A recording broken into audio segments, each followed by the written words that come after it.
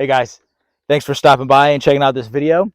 So I'm guessing you clicked because you're searching around Facebook Marketplace, taking a look at vintage Goldwings, but you're not 100% sure if it's the right bike for you.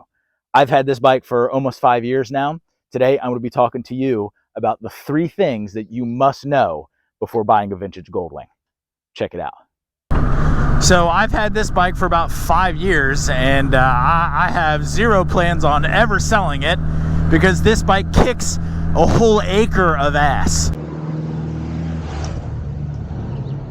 Number 1 is cost of ownership. And what I mean by cost of ownership, I don't just mean how much this bike costs to maintain and to put gas in and all that stuff, because I mean that is part of it, absolutely, and it's not terribly expensive parts wise, because Honda in their infinite wisdom decided to make 17 billion of these motorcycles. So they did us all a favor by making so many, and then everybody else did us a favor by either crashing them all or letting them all sit in a barn or in the middle of a field for 27 years so that we could strip parts off of them, which is super cool.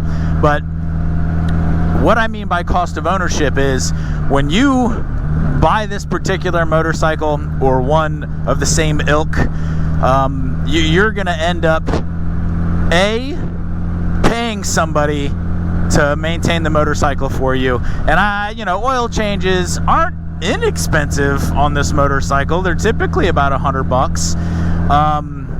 Changing tires on this bike with the price of the tires typically costs me between $400 and $600. But that's not the bad part.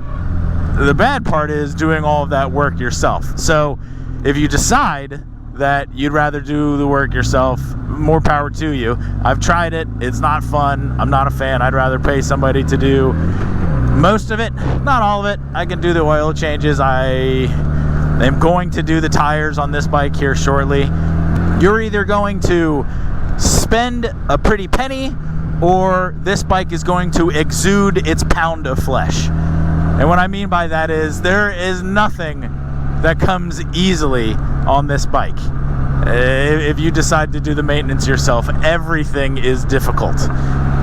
Everything takes time, lots of time. Everything takes a certain amount of knowledge and expertise. I do suggest spending a lot of time on the forums. Goldwing Docs is where I learned pretty much everything about this motorcycle. That and YouTube obviously is a great resource for information about these bikes. So that is number 1, cost of ownership. Nothing comes easily with a vintage Goldwing. Number 2 is reliability. This motorcycle, for the time that I've had it, has been as reliable as the sun rising in the east and setting in the west. It is like Stonehenge. It will always be there when I need it.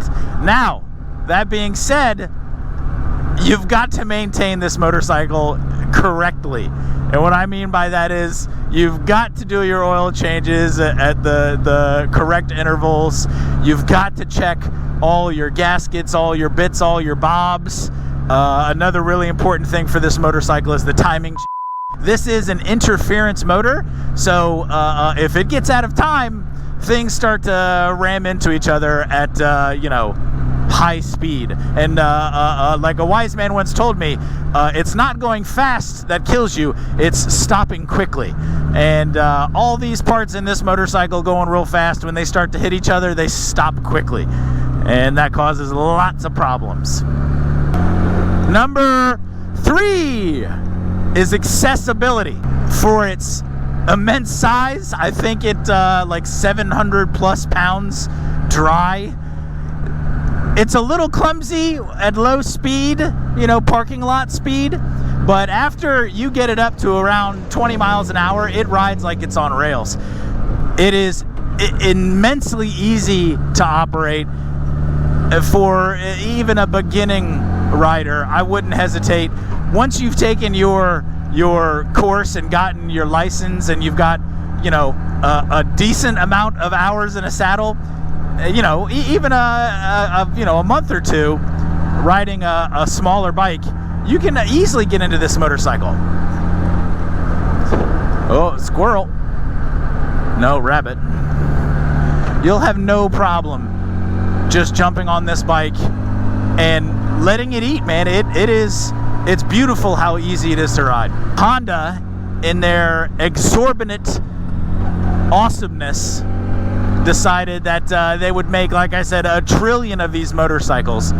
So there's always one hiding somewhere that's been well maintained by a glasses wearing, pocket protector sporting, anal retentive motorcyclist who has kept meticulous records of every oil change, of every tire swap, of every spark plug change, of every carb cleaning, all that stuff. There's always one of those somewhere. I actually ended up buying this motorcycle from one such gentleman. He's a retired state policeman, where he purchased this motorcycle in the early 90s, and I believe with about 20,000 miles on it. It currently has 87.5, so nearly 90,000 miles on it, and he put every one of those miles on it and tracked all the maintenance down to replacing fuses. So that motorcycle is always out there. It's always there to be found. It's like a diamond in the rough, and all you have to do when looking for one of these motorcycles is be patient and hunt for that diamond in the rough, because it is 100% out there. It's just waiting for somebody to find it. Let's try not to get hit by any cars.